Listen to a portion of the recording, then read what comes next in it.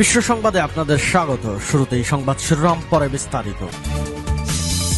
জানিয়ে দেব এ মুহূর্ত পর্যন্ত হাতে আসা আন্তর্জাতিক গুরুত্বপূর্ণ সংবাদসমূহ। শুরুতেই জানিয়ে দেব সংবাদ শিরোনাম। যুক্তরাষ্ট্রের বিশ্ববিদ্যালয়গুলোতে ইসরায়েল বিরোধী বিক্ষোভ অব্যাহত। এবার জানিয়ে দিব ভারতীয় 3 কোম্পানির উপর নিষেধাজ্ঞা দিল যুক্তরাষ্ট্র। জানিয়ে দিব গাজায় গণকবর, প্রায় 400 মরদেহ উদ্ধার। এবার জানিয়ে দিব ইমরান খানের উপর বড় নিষেধাজ্ঞা দিল আদালত। এবং সর্বশেষ জানিয়ে দেব মোদির মুসলিম বিরোধী মন্তব্যের প্রতিবাদ করায় সংখ্যালঘু নেতাকে বহিষ্কার। এতক্ষণ শুনছিলেন সংবাদ শিরোনাম, এখন বিস্তারিত। যুক্তরাষ্ট্রের বিশ্ববিদ্যালয়গুলোতে ইসরায়েল বিরোধী বিক্ষোভ অব্যাহত। গাজায় যুদ্ধবিরতির দাবিতে ক্রমেই বিক্ষোভে উত্তাল হয়ে উঠেছে যুক্তরাষ্ট্রের বিশ্ববিদ্যালয়গুলো। কলম্বিয়া বিশ্ববিদ্যালয়ে শুরু হওয়া এই আন্দোলন ছড়িয়ে পড়েছে ক্যালিফোর্নিয়া, টেক্সাস, ইলিনয়, জর্জিয়া সহ বেশ কয়েকটি অঙ্গরাজ্য। ব্রিটিশ সংবাদ মাধ্যম বিবিসি জানিয়েছে, বিক্ষোভ দমনে বৃহস্পতিবার 25 এপ্রিল দেশ জুড়ে কয়েকশো শিক্ষার্থীকে গ্রেপ্তার করেছে পুলিশ। প্রতিবাদের সূত্রপাত নিউ ইয়র্কের কলম্বিয়া ইউনিভার্সিটিতে। সেখানে বিক্ষোভ দমনে পুলিশ ব্যাপক ধরপাকড় চালালে আন্দোলন ছড়িয়ে পড়তে শুরু করে। মাত্র কয়েকদিনের ব্যবধানে ক্যালিফোর্নিয়া, টেক্সাস, ইলিনয় সহ বেশ কয়েকটি অঙ্গরাজ্যে সোচ্চার হয়ে উঠেছে শিক্ষার্থীরা। যুদ্ধবিরতি, গণহত্যা বন্ধ এবং ইসরায়েলকে ঢালাও সমর্থনের বিরুদ্ধে স্লোগানে উত্তাল ক্যাম্পাসগুলো। বিক্ষোভ দমনে ব্যাপক তৎপরতা চালাচ্ছে নিরাপত্তা বাহিনী। গ্রেপ্তারের পাশাপাশি শিক্ষার্থীদের লাঠিচার্জের মতো ঘটনাও ঘটেছে। তবে এত কিছুর পরও কোনোভাবে আন্দোলন ঠেকাতে পারছে না প্রশাসন। গাজায় যুদ্ধবিরতির পক্ষে এই আন্দোলনকে ইহুদি বিরোধী হিসাবে আখ্যা দিয়েছে যুক্তরাষ্ট্রের বেশ কিছু ইসরায়েলপন্থী এবং ইহুদি সংগঠন। এই বিক্ষোভ তাদের নিরাপত্তা ঝুঁকির মুখে ফেলতে বলে দাবি করা হচ্ছে। গাজায় সংঘাত বন্ধের বিরুদ্ধে শিক্ষার্থীদের চলমান আন্দোলনে ব্যাপক হারে নৈতিক সমর্থন জানাচ্ছে মার্কিনীরা। এমন পরিস্থিতিতে ইসরায়েলকে বাইডেন প্রশাসনের নতুন সহায়তা ঘোষণায় বিক্ষোভ আরো জোরালো হবে বলে আশঙ্কা করা হচ্ছে।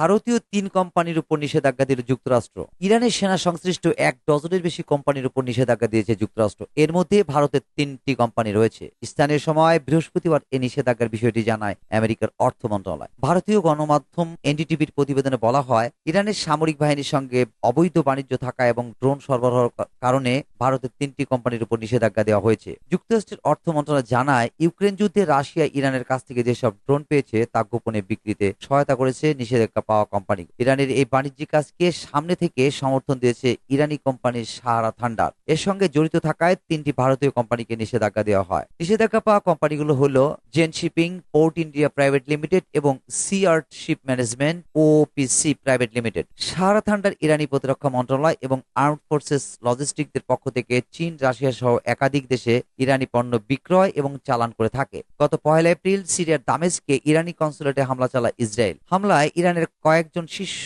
সেনা কর্মকর্তা নিহত হন। ওই হামলার জবাবে গত 13 এপ্রিল শনিবার রাতে ইসরায়েলকে লক্ষ্য করে 3 শতাধিক ড্রোন ও ক্ষেপণাস্ত্র ছুড়ে ইরানের রেভলিউশনারি গার্ড কোর আইআরজিসি। এরপর ইরানের উপর প্রথম দফায় নিষেধাজ্ঞা দেয় যুক্তরাষ্ট্র। পরে 18 এপ্রিল যুক্তরাষ্ট্রের অর্থ মন্ত্রণালয় ইরানের 16 জন এবং 2টি প্রতিষ্ঠানের উপর নিষেধাজ্ঞা দেয়। নিষেধাজ্ঞা প্রাপ্ত ব্যক্তি ও প্রতিষ্ঠান ইরানের ড্রোন কার্যক্রমের সঙ্গে সরাসরি জড়িত।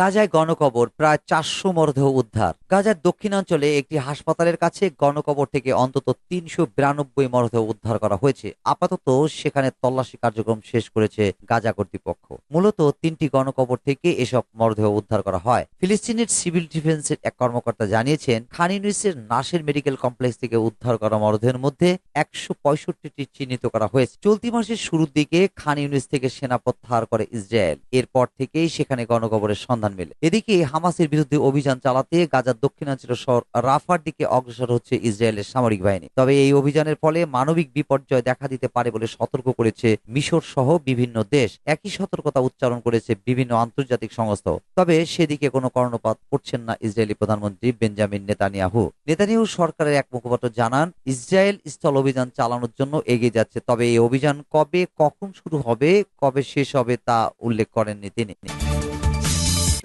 ইমরান খানের উপর বড় নিষেধাজ্ঞা আদালতের। পাকিস্তানের সাবেক প্রধানমন্ত্রী ও পিটিআই এর প্রতিষ্ঠাতা ইমরান খান ও তার স্ত্রী বুশরা বিবিকে দেশের শক্তিশালী সেনাবাহিনী এবং বিচার বিভাগের বিরুদ্ধে কথা বলা থেকে বিরত থাকার নির্দেশ দিয়েছেন একটি আদালত। একই সঙ্গে রাষ্ট্রীয় প্রতিষ্ঠানের বিরুদ্ধে তাদের উস্কানিমূলক কথাবার্তা ও বিবৃতি অতিরিক্ত গুরুত্ব না দেওয়ার জন্য দেশের গণমাধ্যমের প্রতি অনুরোধ করা হয়েছে। খবর দ্য ডনের। গতকাল বৃহস্পতিবার 25 এপ্রিল ইসলামাবাদের জবাবদিহি আদালতের বিচারক রানা নাসির জাবেদ জাবেদ এই নির্দেশনা দিয়েছেন। আল কাদির ট্রাস্ট মামলার সুষ্ঠু বিচার চেয়ে একটি পিটিশন নিষ্পত্তি করার সময় পিটিআইয়ের প্রতিষ্ঠাতা ও তার স্ত্রীকে রাষ্ট্রীয় প্রতিষ্ঠানের বিরুদ্ধে কথা বলার উপর নিষেধাজ্ঞা দেন তিনি। আদালতের আদেশ অনুসারে ইমরান খান সেনাবাহিনী ও বিচার বিভাগ সহ রাষ্ট্রীয় প্রতিষ্ঠানের ঊর্ধ্বতন কর্মকর্তাদের বিরুদ্ধে উস্কানিমূলক রাজনৈতিক বিবৃতি দেন। এসব বিবৃতি শুধু বিচার ব্যবস্থাকে ব্যাহত করে না, বরং বিচারিক কার্যাবলী তথা ন্যায় বিচার প্রদানে বাধা দেওয়ার শামিল। আদালতের মর্যাদা ক্ষুণ্ণ করতে পারে এমন বিবৃতি প্রদান থেকে বিরত থাকতে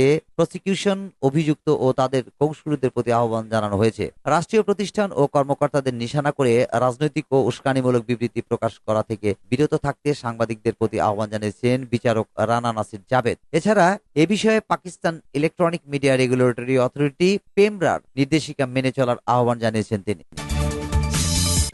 মোদির মুসলমান বিরোধী মন্তব্যের প্রতিবাদ করায় সংখ্যালঘু নেতাকে বহিষ্কার। ভারতের প্রধানমন্ত্রী নরেন্দ্র মোদী নির্বাচনী প্রচারে বেরিয়ে দেশের উন্নয়ন নিয়ে কথা না বলে মেরুকরণে ব্যস্ত রয়েছেন বলে বারবার অভিযোগ তুলে আসছে বিরোধীরা। সেরকমই রাজস্থানের বাঁশওয়ারায় রোববার বিজেপির সভায় নরেন্দ্র মোদীর মন্তব্য ঘিরে বিতর্কের ঝড় উঠেছে দেশটির রাজনীতিতে। কংগ্রেস সহ অন্যান্য বিরোধী নেতারা ইতিমধ্যে মোদীর এই মন্তব্যের তীব্র প্রতিবাদ জানিয়েছেন। এবার প্রধানমন্ত্রীর মন্তব্যের প্রতিবাদ করায় দলেরই এক নেতাকে বহিষ্কার করল বিজেপি। রাজস্থানে বিজেপির সংখ্যালঘু মোর্চার নেতা ওসমান গনি প্রধানমন্ত্রীর মন্তব্যে অসন্তোষ প্রকাশ করায় শাস্তি হিসেবে বুধবার দলের পক্ষ থেকে তাকে বহিষ্কার করা হয়েছে। রাজস্থানের বাঁশওয়ারায় প্রধানমন্ত্রী মোদী বলেছিলেন, কংগ্রেস মা বোনদের কষ্টার্জিত সম্পত্তি মুসলমান এবং অনুপ্রবেশকারীদের মধ্যে ভাগ করে দিতে চায়। প্রধানমন্ত্রীর সেই মন্তব্য নিয়ে পাল্টা আক্রমণ করেছে বিরোধীরা। নরেন্দ্র মোদীকে উদ্দেশ্য করে কংগ্রেস নেত্রী প্রিয়াঙ্কা গান্ধী প্রশ্ন করেন, ৫৫ বছরের শাসনকালে কংগ্রেস কতজনের সম্পত্তি মুসলিমদের হাতে তুলে দিয়েছে সেটা কি জোর গলায় জবাব দিতে পারবেন মোদীজি?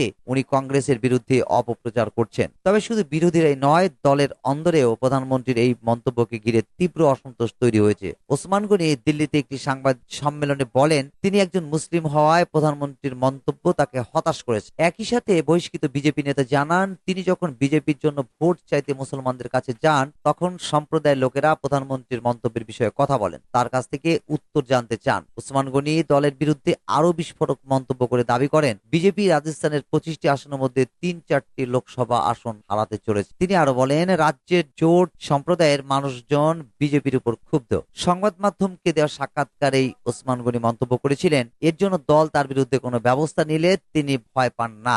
এরপরে এই দল থেকে ওসমানকে বহিষ্কার করল বিজেপি। যদিও বিজেপির পক্ষ থেকে জানানো হয়েছে, দলকে কলঙ্কিত করার চেষ্টার জন্য তাকে বহিষ্কার করা হয়েছে। এ বিষয়ে বিজেপির রাজ্যের শৃঙ্খলা কমিটি চেয়ারম্যান ওঙ্কার সিং লাখাওয়াত বলেন, ওসমান গনি মিডিয়াতে দলের ভাবমূর্তিকে নষ্ট করার চেষ্টা করেছিলেন, তাই শৃঙ্খলা ভঙ্গের অভিযোগে তাকে 6 বছরের জন্য বহিষ্কার করা হয়েছে। সূত্র হিন্দুস্তান টাইমস।